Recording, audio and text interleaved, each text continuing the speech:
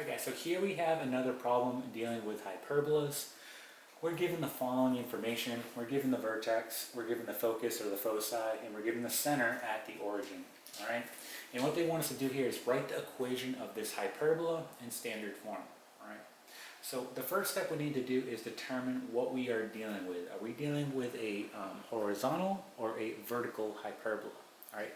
So remember, if you're dealing with a horizontal hyperbola, that means your transverse axis is going to be on the x. Okay? If you're dealing with a vertical hyperbola, that means your transverse axis will be on the y. Now, there's some key points here. We know that the vertex and the foci, or the focus, will always occur on the transverse axis. Okay? So looking at this, right, we know that, well, look, my vertex is occurring on the x-axis, right? My focus or foci is occurring on the x-axis, right? And we know that these two both occur on the transverse axis, so that means that my transverse axis is occurring on the x, meaning that this is going to be a horizontal hyperbola, all right?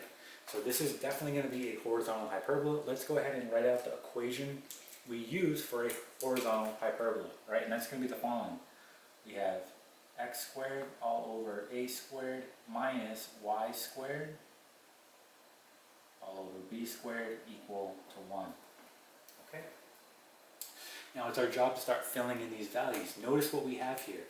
A is talking about your vertices occurring on your transverse axis. And we have that. That's right here. That will be 4, right?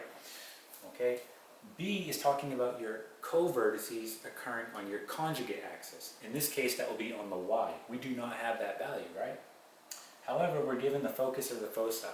And recall, there's an equation we can use to find particular points, right, on a hyperbola, right? Because there's a relationship between the vertex, the focus or the foci, and the co-vertices, and that's the following.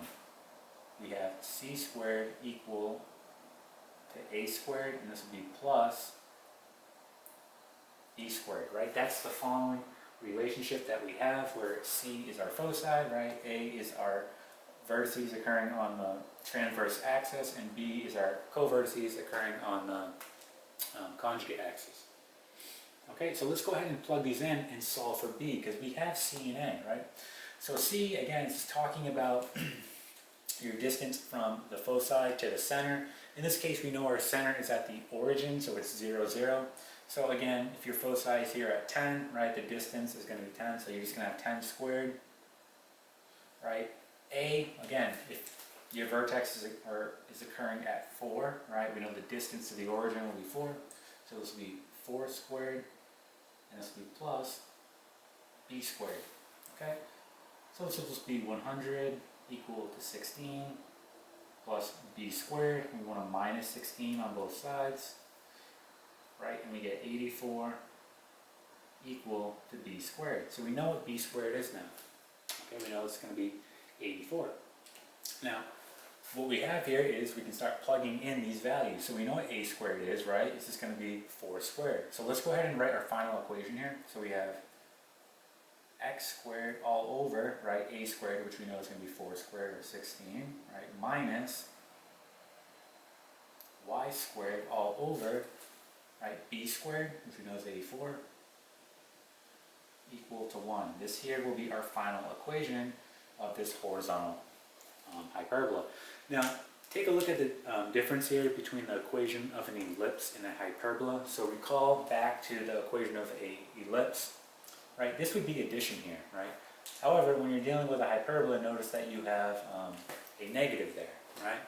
Also, with an ellipse, your a squared value is always going to be the bigger of the two denominators. That's with an ellipse. However, with a hyperbola, that's not necessarily the case, right? Look here, this is my a squared value. It's not going to be the bigger of the two here, all right? So just by looking at this equation, we know that it's going to be horizontal, because look at my sign, right? My x is positive here, and my y is negative. So that tells me, since my x is positive, right, that it's horizontal. If these were reversed, let's say my x was negative and my y was positive, well, that would be vertical, right? So that's how you can tell the difference between a hyperbola, just by looking at the equation, all right? So at this point, why don't we go ahead and start graphing this? So we know that our vertices are occurring on the transverse axis, which is going to be on the x in this case, right? So why don't we go ahead and do that? So starting at the origin, we go over 4, so 1, 2, 3, 4, make a point, right? And we'll also have it on the opposite end, so -1, -2, -3, -4. Okay. We have our focus or foci, same thing, start at the origin, go over 10. So this will be 5, 6, 7, 8, 9, and 10. And then go to the left, right, -5, -6, -7, -8, -9, and -10. Okay?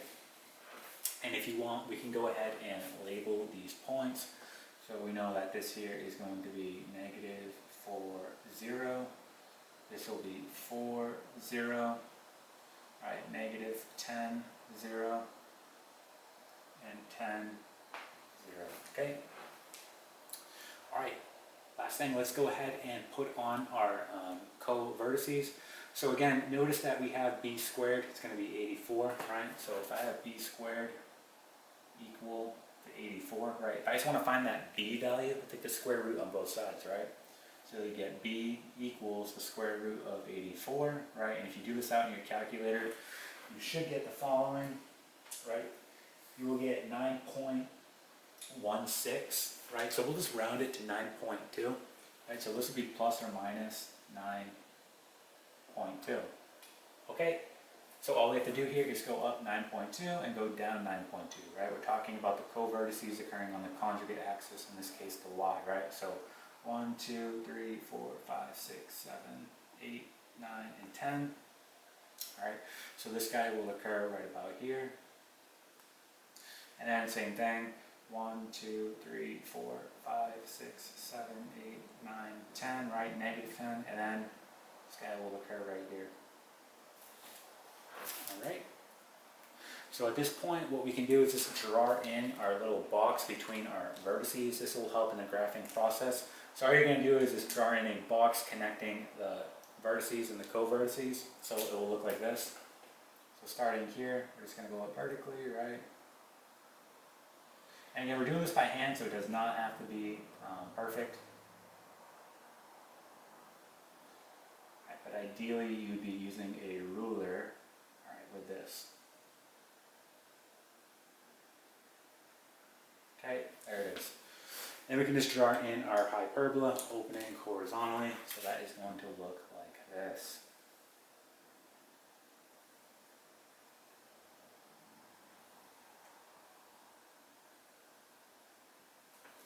Okay.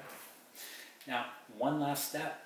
We want to go ahead and put in our asymptotes, right? Because we will have an asymptote here and here. And remember, an asymptote is simply a line that the curve approaches but doesn't touch. Okay? And there's a simple equation we can use when dealing with hyperbolas to find those asymptotes. All right, so when you're dealing with a horizontal hyperbola, that equation is going to be the following. You will have y equals, and let's do it in a different color, y equals plus or minus, and then we're going to have b over a, and this will be x. All right? And all you have to do is go ahead and plug in your values now. So we know that b is going to be, what, 9.2? Now, I want more of an exact value here, so I'm going to use the square root of 84, right? So you'll get the following, y equals the square root of 84, right?